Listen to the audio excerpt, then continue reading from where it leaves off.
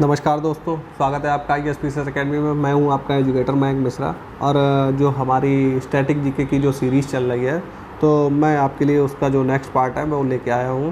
तो जो हमारी स्टैटिक जीके की जो महत्वपूर्ण सीरीज़ चल रही है, जो कि आने वाले जो वनडे एग्ज़ाम है उनके लिए बहुत ही ज़्यादा महत्वपूर्ण होने वाली है, जिसमें भी आपके जीके के क्वेश्चन पूछे जाते हैं। तो आपके सारे के सारे क्वेश्चन जो हैं मतलब कि इस सीरीज़ को आपको देख लेने के बाद में आपके स्टैटिक जीके का कोई भी पोर्शन, मतलब कि कोई भी क्वेश्चन छूटने नहीं वाला है। तो हमारे चैनल पर बने रहिए। अगर चैनल पे मतलब कि नए हैं तो हमारे चैनल को सब्सक्राइब कर लीजिए, वीडियो अच्छा लगने पर लाइक करें, और कोई अगर आपका सजेशन है तो आप कमेंट बॉक्स में कमेंट कर सकते हैं।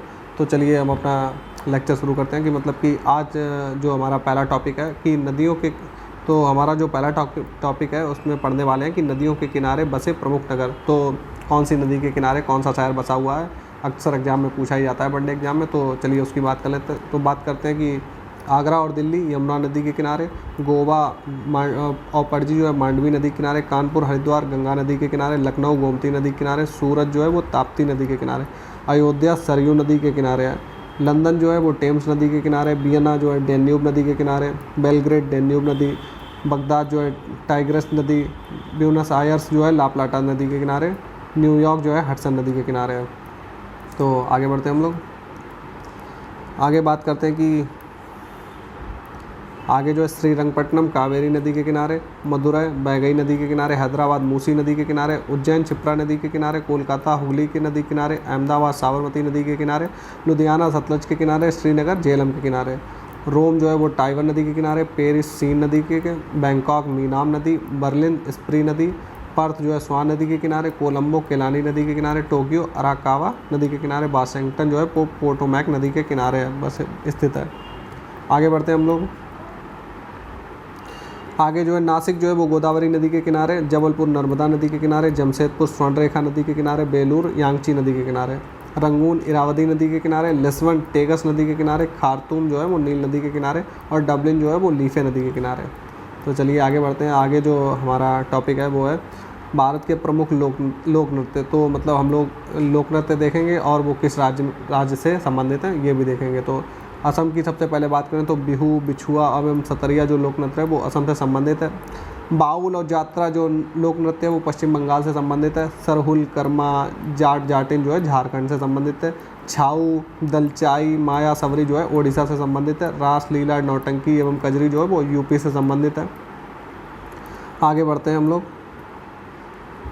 आगे बात करेंगे हम लोग छपेली चांचरी जो है उत्तराखंड से संबंधित है। भांगड़ा एवं गिद्दा पंजाब एवं हरियाणा से संबंधित है। घूमर, कठपुतली, पनियारी जो है ये राजस्थान से संबंधित है। गरबा, डांडिया, रास जो है ये गुजरात से संबंधित है। लावनी, तमाशा, दही आंडी ये महाराष्ट्र से संबंधित है। मोनी अट्टम, थुलाल, पदायूनी जो है केरल से संबंधित है। यक्षगान एवं करगा जो है कर्नाटक से संबंधित है। डंडा या रहस और नाचा सुआ ये छत्तीसगढ़ से संबंधित है।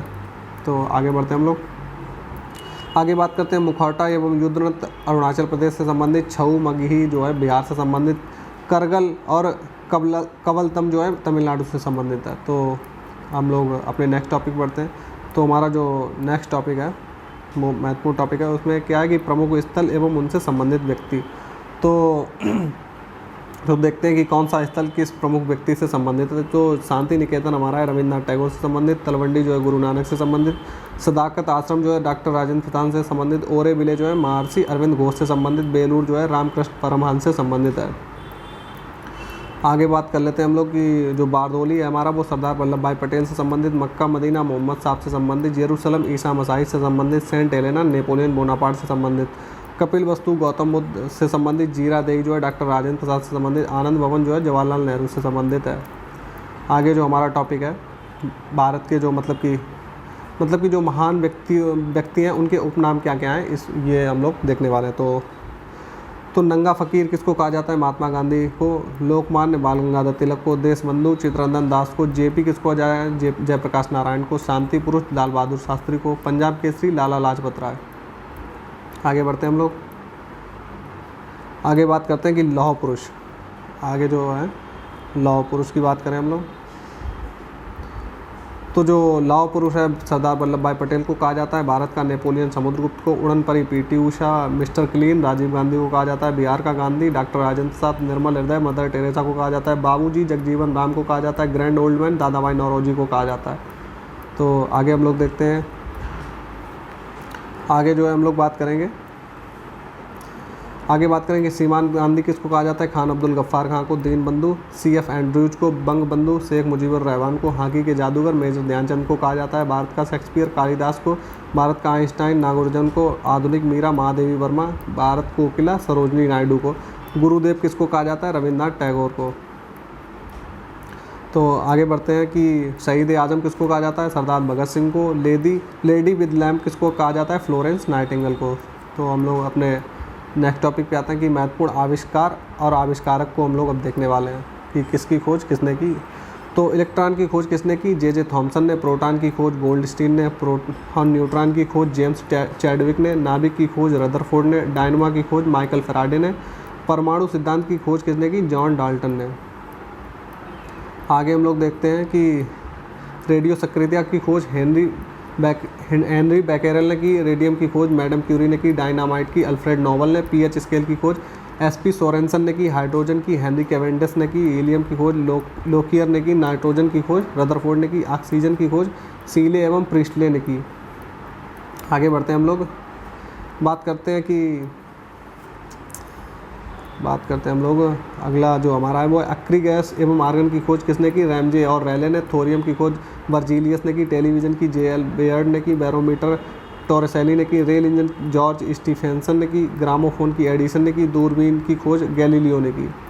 आगे बढ़ते हैं हम लोग, आगे आता है कि भाप इंजन की खोज जेम्स वाट ने की, विद्युत चुंबकीय प्रेरण की खोज फैराडे ने की, एक्स किरणों की खोज रोंटगन ने की, लघु गणक की खोज जॉन नेपियर ने की। तो आगे बढ़ते हैं, आगे जो हमारा नेक्स्ट इम्पोर्टेंट टॉपिक है वो है भारत के प्रमुख शास्त्रीय नृत्यों को हम लोग देखने वाले हैं कि जो हमारे जो शास्त्रीय नृत्य हैं वो कौन सा नृत्य जो है किस राज्य से संबंधित है और संबंधित व्यक्तियों को भी हम लोग देखने वाले हैं। तो भरतनाट्यम तमिलनाडु का है शास्त्रीय नृत्य और इससे संबंधित व्यक्ति कौन है, यामिनी कृष्णमूर्ति।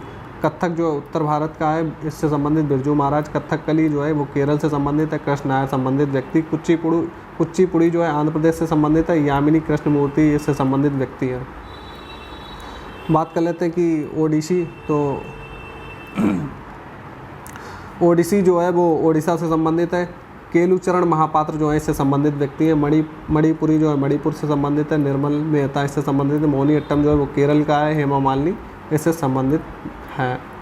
तो अगला जो हमारा टॉपिक है वो चक्रवात एवं उनसे संबंधित स्थान, मतलब कि कौन सा चक्रवात किस लोकेशन पे आता है। तो बात कर लेते हैं कि मतलब कि ये जो है हरिकेन जो है वो आता है कैरेबियन द्वीप समूह में, टाइफून कहाँ पे आता है कि दक्षिणी चीन सागर में, बिलीज कहाँ पे आता है, ऑस्ट्रेलिया में, टॉर्नेडो जो है वो तटीय अमेरिका में आता है, ट्विस्टर कहाँ पे आता है, स्थलीय अमेरिका में। तो मतलब कि ये चक्रवातों के नाम है कि मतलब कि ये जो आपको लोकेशन दी है, अगर इन लोकेशन पे जो चक्रवात आते हैं तो उनको इन नामों से जाना जाता है।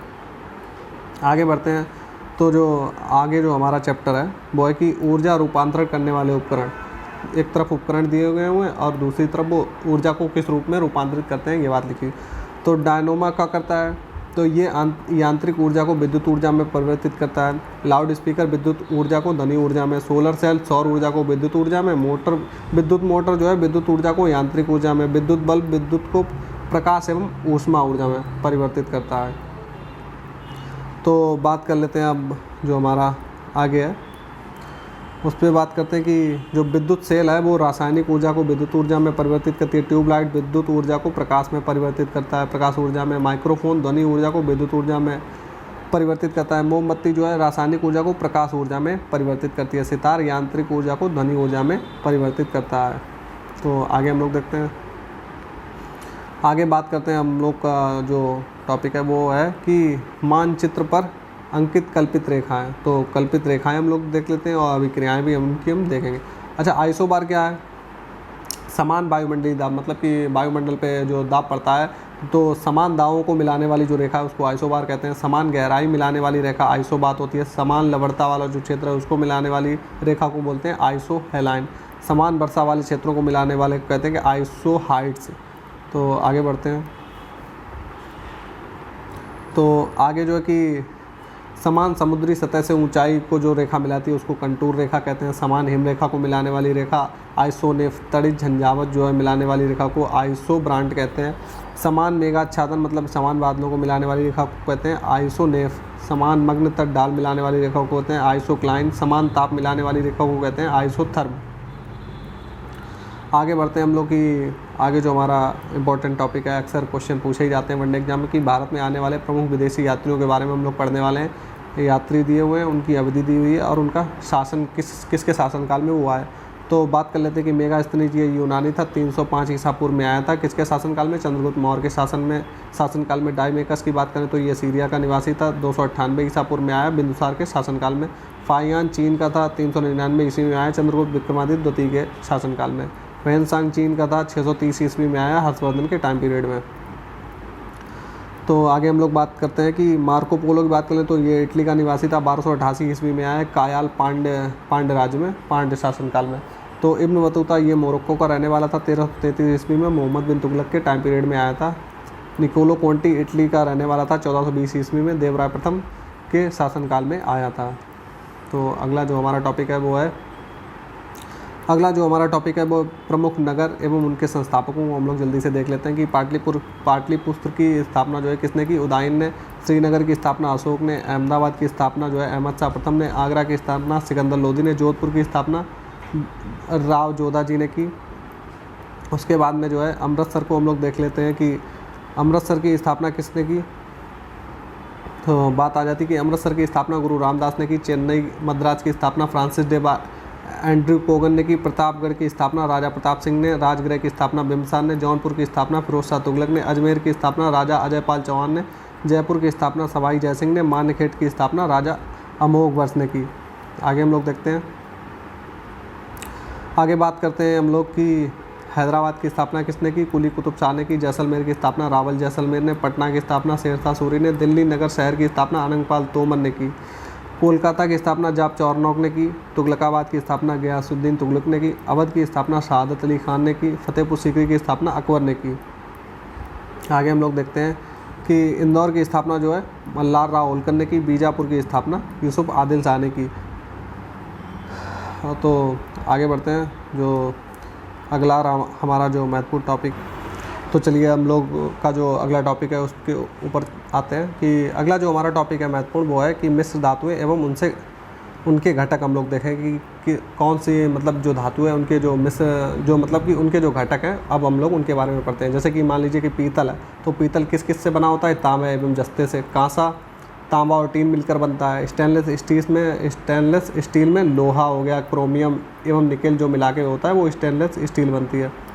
तो आगे बढ़ते हैं हम लोग, तो जो बात करते हैं स्टील जो है लोहा एवं कार्बन से मिलकर बनती है। डच धातु तांबा एवं जस्ता से मिलकर बनती है। बेल धातु जो है तांबा तथा टीन से मिलकर बनती है। गन धातु तांबा टीन एवं जस्ते से मिलकर बनती है। जर्मन सिल्वर तांबा जस्ता तथा निकेल से मिलकर बनता है। आगे बढ़ते हैं हम लोग, आगे बात करते हैं कि टांका सोल्डर टीन तथा सीसा से मिलकर बनता है। मोनल मेटल जो है तांबा लोहा एवं निकेल से मिलकर बनता है। मुद्रा धातु तांबा टीन तथा फास्फोरस से मिलकर बनती है। कृत्रिम सोना तांबा तथा एल्युमिनियम से मिलकर बनता है। सोल्डर जो है लेड तथा टीन से मिलकर बनता है। बात करें कि डुरालुमिन जो है एल्युमिनियम तथा तांबे से मिलकर बनता है। आगे बढ़ते हैं हम लोग, आगे बात करें कि रोल्ड गोल्ड जो है कॉपर तथा एल्युमिनियम से मिलकर बनता है। बुट्स धातु जो है सीसा बिस्मथ टीन एवं कैडमियम से मिलकर बनती है। नाइक्रोम जो है निकेल लोहा क्रोमियम एवं मैग्नीज से मिलकर बनता है। जंगरोधी इस्पात जो है वो लोहा क्रोमियम निकेल तथा कार्बन से मिलकर बनता है। तो चलिए आते हैं हम लोग का जो अगला टॉपिक है, बहुत ही महत्वपूर्ण है। काफ़ी सारे क्वेश्चन इससे पूछे जाते हैं, बार बार इससे रिपीट होते हैं।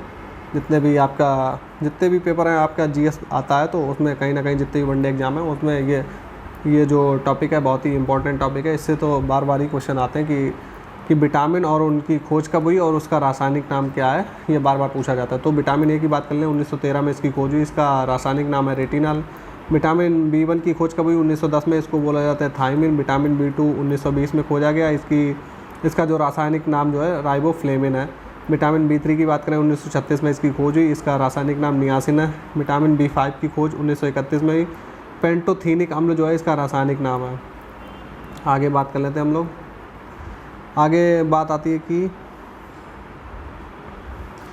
आगे बात करते हैं कि विटामिन B6 1934 में खोजा गया, इसका रासायनिक नाम पायरिडॉक्सिन है। विटामिन B7 1931 में खोजी, बायोटीन इसका रासायनिक नाम है। विटामिन B12 1926 में खोजी, इसको बोला जाता है साइनोकोबाल्मिन इसको बोला जाता है। विटामिन सी की खोज 1920 में हुई, एस्कॉर्बिक अम्ल इसको बोला जाता है। विटामिन डी जो है 1920 में खोज हुई, कैल्सीफेरॉल इसको बोला जाता है। विटामिन ई की खोज 1922 में हुई, टेकोफोरॉल जो है इसको बोला जाता है। विटामिन के की बात करें तो 1929 में खोज हुई इसको बोला जाता है फिलोक्विनोन। तो अगला हमारा टॉपिक है कि जो विटामिन है उनकी कमी से जो रोग होते हैं उनके बारे में हम लोग चर्चा कि मतलब कि कौन से विटामिन से कौन सा रोग हो जाता है, मतलब कि अगर ये विटामिन जो है इनकी कमी से कौन सा रोग हो जाता है ये पढ़ने वाले हैं। मतलब कि अब देख लेते हैं कि विटामिन ए से रतौंधी रोग होता है, विटामिन ए की कमी से, विटामिन B1 की कमी से बेरी, विटामिन B2 की कमी से किलोसिस या फिर त्वचा का फटना, विटामिन B3 की मंदबुद्धि या फिर बालों का सफ़ेद होना विटामिन B3 के कारण, विटामिन B5 के कमी के कारण क्या होता है पेलाग्रा या फिर त्वचा दाग। बात करते हैं विटामिन B6 की कमी से एनीमिया एवं चर्म रोग हो जाता है। तो आगे बढ़ते हैं हम लोग, बात करते हैं विटामिन B7, इससे क्या होता है, इसकी कमी से शरीर में जो है दर्द होता है, लकवा मार जाता है शरीर। विटामिन B12 की कमी से क्या होता है कि रक्त छींटता है एवं पांडु रोग हो जाता है। विटामिन सी की कमी से स्कर्वी एवं मसूड़े फूल जाते हैं। विटामिन डी की कमी से रिकेट्स एवं ऑस्टियोमलेशिया रोग हो जाता है। विटामिन ई की कमी से नपुंसकता या फिर बंध्यता रोग हो जाता है। विटामिन के की कमी से रक्त का थक्का नहीं बनता, मतलब कि आपका जो ब्लड है वो अगर आपको घायल हो गए तो आपका थक्का नहीं बनेगा, ब्लड निकलता ही रहेगा घाव से। तो अगला जो टॉपिक है सेल एवं प्रयुक्त उसमें रसायन, तो कौन सी सेल में कौन सा रसायन प्रयुक्त होता है इस पर हम लोग चर्चा करेंगे। बात करते हैं कि बोल्टी या फिर सरल सेल, इसमें सल्फ्यूरिक अम्ल रसायन प्रयुक्त होता है। लेक लांसे सेल में क्या होता है कि अमोनियम क्लोराइड प्रयुक्त होता है। डेनियल सेल में कॉपर सल्फेट तथा सल्फ्यूरिक अम्ल प्रयुक्त होता है। सूखे सेल में मैग्नीज डाइऑक्साइड तथा अमोनियम क्लोराइड प्रयुक्त होता है। आगे बात करते हैं कि सीसा संचायक सेल में क्या प्रयुक्त होता है कि सल्फ्यूरिक अम्ल प्रयुक्त होता है। तो अगले टॉपिक पे हम लोग आ जाते हैं। अगला जो हमारा टॉपिक है कि प्रमुख भारतीय विद्वान जो हैं एवं उनका संरक्षण, मतलब कि जो हमारे प्रमुख विद्वान थे, मतलब कि वो किस शासक के समय में और मतलब कि उनका किस शासक ने संरक्षण किया, तो इस पर बात करते हैं कि हरिशेन किन से संबंधित है। समुद्रगुप्त के शासनकाल से। कौटिल्य जो है चाणक्य चंद्रगुप्त मौर्य के टाइम पीरियड पे थे। अश्वघोष कनिष्क के टाइम पीरियड पे। नागार्जुन जो है वो भी कनिष्क के टाइम पीरियड में थे। आगे हम लोग बात करेंगे कि चरक की बात कर लें तो कनिष्क के टाइम पीरियड में बाणभट्ट जो है हर्षवर्धन के शासनकाल में, चंद्रवरदाई पृथ्वीराज चौहान के शासनकाल में, अमीर खुसरो अलाउद्दीन खिलजी के शासनकाल में, शेख निजामुद्दीन अलाउद्दीन खिलजी के शासनकाल में, अबुल फजल या फिर टोडरमल जो है ये दोनों लोग जो हैं अकबर के शासनकाल में, मतलब कि अकबर ने इनको संरक्षण दिया था। अब जो नेक्स्ट है हमारे कालिदास की बात करें तो ये जो थे चंद्रगुप्त विक्रमादित्य के शासनकाल में थे। तानसेन एवं बैजू बावरा जो है अकबर से संबंधित हैं। बदायूनी एवं फैजी जो है ये अकबर के शासनकाल से संबंधित। उतवी महमूद गजनवी के साथ में आया था। बीरबल अकबर के दरबार में थे। अब्दुल हमीद लाहौरी शाहजहाँ के दरबार में थे। तुलसी सूर एवं जायसी मुगल काल के टाइम पीरियड में इनको संरक्षण मिला था। भूषण बिहारी एवं रहीम ये भी मुगल काल से संबंधित ही हैं। तो अगला देखिए हमारा जो टॉपिक है बहुत ही ज़्यादा ही महत्वपूर्ण है, हिस्ट्री का टॉपिक है कि समाचार पत्र एवं उनके संस्थापक, कौन सा न्यूज़पेपर जो है किसने संस्थापक, मतलब इसका कौन है, किसने जो है पब्लिश किया था। तो बहुत ही इंपॉर्टेंट टॉपिक है। चलिए इसको भी हम देख लेते हैं। तो पहला जो है बंगाल गजट 1780 में प्रकाशित हुआ कोलकाता से। इसको किसने प्रकाशित किया, जेम्स ऑगस्टस हिक्की ने। दूसरा है समाचार दर्पण 1818 में पब्लिश हुआ कलकत्ता से। जेसी मार्समैन ने इसको पब्लिश किया। हिंदू पैट्रियाट की बात करें तो 1853 से, मतलब कि कोलकाता से 1853 में प्रकाशित हुआ। गिरीश चंद्र घोष जो हैं इसके संस्थापक थे। अगली बात करते हैं सोम प्रकाश 1859 में प्रकाशित कलकत्ता से प्रकाशित हुआ था। द्वारिकानाथ विद्याभूषण जो हैं इसके संस्थापक थे। इंडिया मिरर की बात करें तो 1861 में कलकत्ता से प्रकाशित हुआ। देवेंद्र नाथ टैगोर जो हैं इसके संस्थापक थे। अमृत बाजार जो है पत्रिका बोली जाती है, इसको 1868 में प्रकाशित हुई थी कलकत्ता से। मोतीलाल एवं शिशिर कुमार घोष जो थे इसके संस्थापक थे। द हिंदू जो है 1878 से मद्रास से प्रकाशित हुआ था। इस वीर राघवाचारी इसके संस्थापक थे। केसरी की बात करें तो 1881 से बम्बई से प्रकाशित हुआ था। बाल गंगाधर तिलक ने प्रकाशित किया था। इंडिया की बात करें तो 1890 में बम्बई से प्रकाशित हुआ दादा भाई नौरोजी के द्वारा।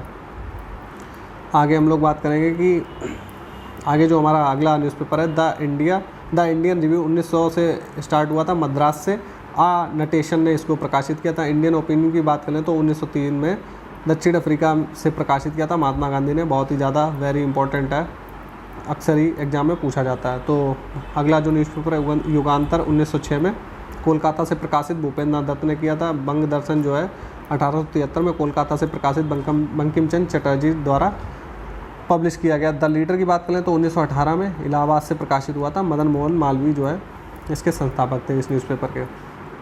तो अगला जो हमारा न्यूज़पेपर है स्वदेश मित्रम 1882 से मद्रास में प्रकाशित हुआ। जीएस अय्यर द्वारा। सर्वेंट ऑफ इंडिया 1918 से इलाहाबाद से, ये गोपाल कृष्ण गोखले इसके संस्थापक थे। इंडिपेंडेंस की बात करें तो 1919 से इलाहाबाद से प्रकाशित हुआ। मोतीलाल नेहरू इसके संस्थापक। नवजीवन की बात करें तो 1919 से अहमदाबाद से प्रकाशित, महात्मा गांधी इसके संस्थापक। यंग इंडिया 1919 से अहमदाबाद से प्रकाशित, महात्मा गांधी इसके संस्थापक थे।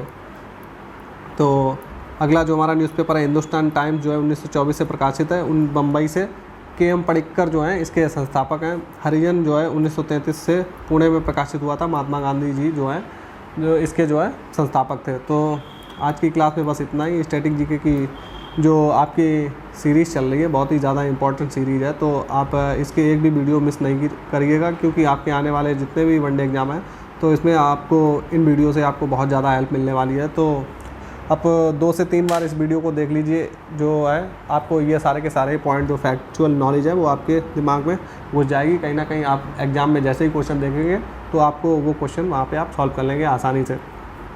तो इसी तरीके से आप हमारे चैनल पे बने रहिए, और वीडियो को अगर आप इस चैनल पे नए हैं तो हमारे चैनल को सब्सक्राइब कर लीजिए, और वीडियो अच्छा लगने पर वीडियो को लाइक करिए। अगर आपका और कोई सजेशन है किसी और टॉपिक पे वीडियो बनाने को लेकर तो आप कमेंट बॉक्स में अपना सजेशन लिख सकते हैं। तो बने रहिए हमारे साथ, इसी तरीके से मैं आपके लिए क्लास लाता रहूँगा। तो मिलते हैं अगले वीडियो में।